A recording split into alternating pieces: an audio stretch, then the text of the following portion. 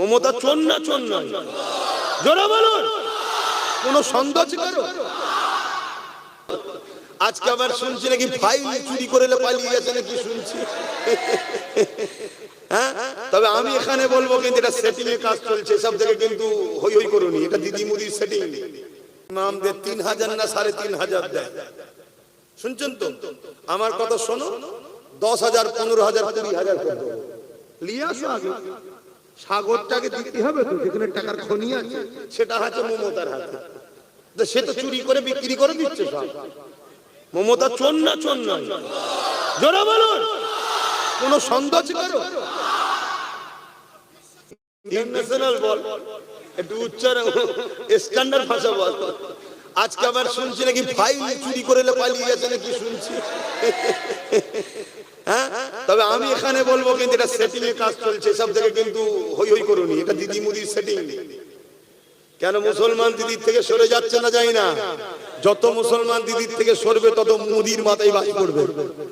কেন? মুদি দেখছে বাংলায় আমার আসার লাইন নেই, আমার বোনটাই থাক, তবুও আমার আইনটাকে পাস করালো তো নাকি? এই ওয়াকাফটাকে কে পাস করালো? যদি মুদি দিদি না থেকে অন্যজন থাকতো, মুদির ক্ষমতা ছিল এখান থেকে জমি নিয়ে যাবার। কেন? জমি ল্যান্ডটা রাজ্য সরকারের হাতে, আইনগুলো জানতে হবে। রাজ্য সরকার যদি না দেয়, সেন্ট্রাল গভর্নমেন্টের ক্ষমতা নেই এখান থেকে এক টুকরো মাটি নিয়ে যেতে পারে, এটা রাজ্য সরকারের হাতে। তাহলে মোদি দেখছে এখানে দিদি চলে যায়, আমার বোন চলে যায়, অন্যজন যদি ঢুকে পড়ে, আর বিশেষ করে যদি নওশাদ আর তার সাথীরা চলে আসে, তাহলে তো মোদি এমনি রাত্রিরে শুয়ে নওশাদ করতে করতে কোন দিন শুনবে চলে গেছে। কথা বুঝে আসছে না? নাই? তাহলে এই জন্য এইসব নাটক করছে। আইওয়াস দেখেছিস, সত্যিই তো বিজেপির বিরুদ্ধে লড়ছে, আবার যাতে মুসলমান এনার কোণে ওঠে, এই জন্য লাইন ক্লিয়ার করছে। এত ঘাবড়াবার কিছু, এসব দেখে যেন আবার দিবানা হয়ে যাও। আহারে, দিবানা হয়ে যাবে না? কেন? এক সময় আমিও দিবানা হয়ে গেছিলাম, এক সময় আমিও। আহারে, একটা মহিলার উপরে এত জুলুম হলো।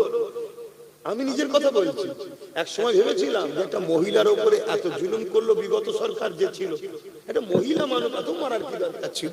এত জুলুম করলো, আমার নিজেকে একটা সিম্পেথি দিবানা হয়েছিলাম যে সাথ দিয়া দরকার। ওরে সর্বনাশ, কি তো পুরো পাক্কা ডাইনি। এক কথা ভুল বলছি? আমার আলিয়া মাদ্রাসাকে শেষ করে দিচ্ছে, আমার কবরস্থান, আমার ঈদগাহ, আমার খানকা সব শেষ। তাহলে ভুল আমিও করেছি, আপনারাও করেছেন। আমি তওবা অনেক আগে করেছি, আপনারা তওবা করেছেন তো নাকি? না, এখনো তওবা হয়নি। যদি না করে থাকেন করে নেন।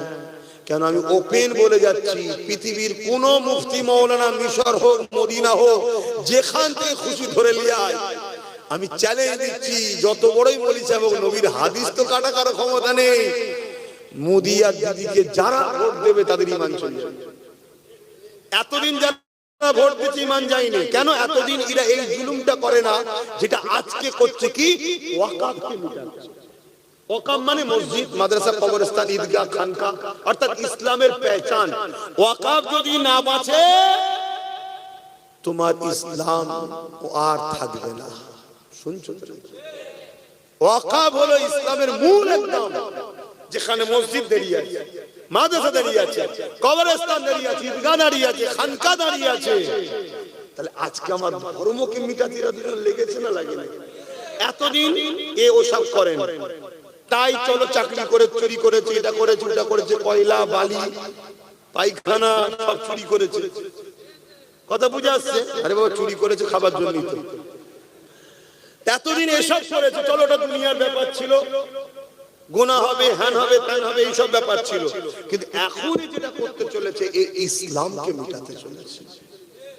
কথা বলো, আমার কথা কষ্ট হচ্ছে?